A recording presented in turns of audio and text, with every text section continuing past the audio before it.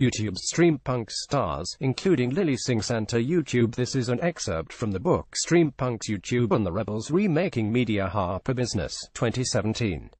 Around the time of YouTube's founding in 2005, I was working at Netflix. Having worked my way up from a talent agency mailroom to jobs at Mutual Film Company and HBO, I joined Netflix convinced that the company would revolutionize home entertainment and upend rental chains such as Blockbuster. And in the early 2000s, that vision came to life. But once the company's DVD mail-order business had really established itself, I began to get a little bored.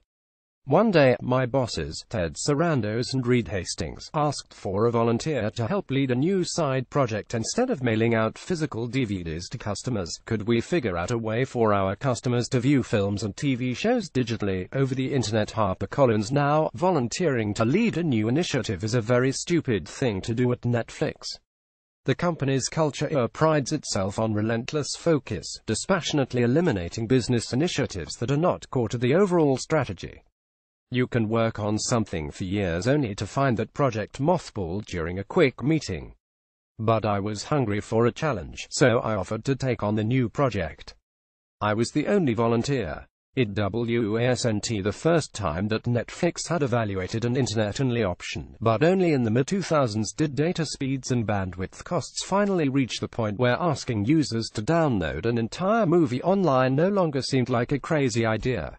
The initial thinking was that we would create and supply customers with a Netflix box that they could use to download movies overnight to watch the next day.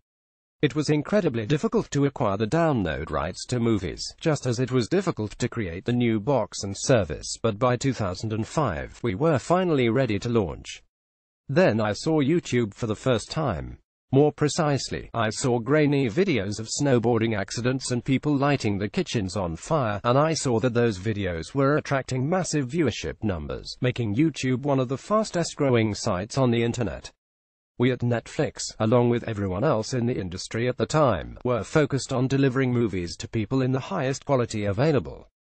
But YouTube clearly demonstrated that people were willing to trade fidelity for convenience and speed. Witnessing the popularity of YouTube was a revelation, and it caused us to stop our launch and pivot to a service that would allow consumers to stream movies remotely instead of downloading them. That pivot took 2 long years, during which we had to renegotiate all our rights and build an entirely new architecture to host and serve content. We had to transform our Netflix box from a hard drive that would download video to one that would stream it. But finally, in 2007, we launched Netflix streaming because we saw the potential that YouTube presented. Every month, YouTube seemed to be growing faster, launching in new markets, increasing its number of views and attracting more and more people to share videos. In 2011, when I left Netflix to join YouTube, around 40 hours of video were being uploaded every minute. In 2017, the number has grown over tenfold. The most significant consequence of YouTube's revenue sharing has been the democratization of the job of internet content creator. Every month, we deposit money into the accounts of millions of creators around the world. But as powerful as YouTube's idea of free, global distribution of video was, I don't think it alone was enough to lead to the streampunk era we live in now. I think there were 3 other developments that have been core to explaining the success of stars such as Superwoman. The first has to do with the decision YouTube made very early in its history to pay its creators. Any new media venture suffers from the same issue. How can it provide content that will attract viewers? That's true whether you're starting a blog, a magazine, a TV network, or a video streaming service. Your first instinct may be to pay someone noteworthy to create content for you, using an established brand to attract attention to yours. When YouTube first started, its approach was no different.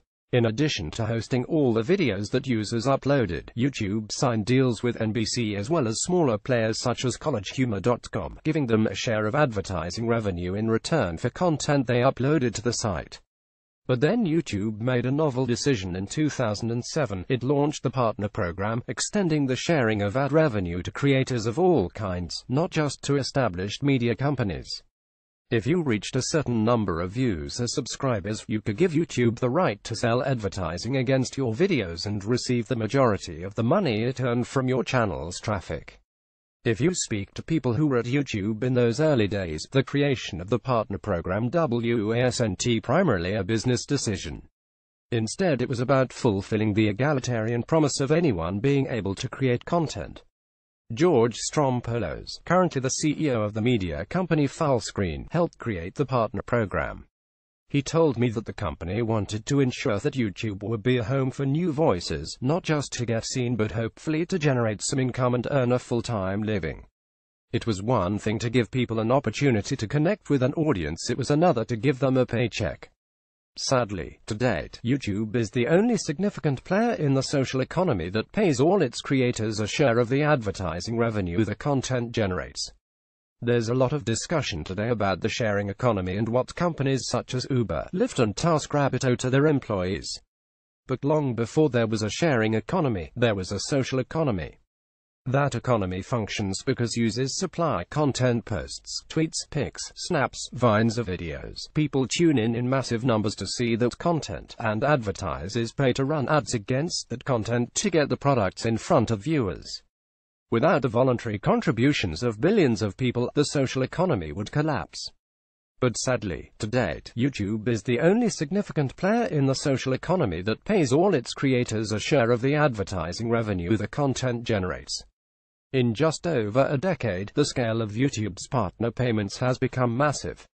Though some paychecks are smaller than others, to date we've paid out billions of dollars to content creators of all sizes. That in money has helped anchor the growth of several new media properties, from Vice to BuzzFre to George Company, Fullscreen.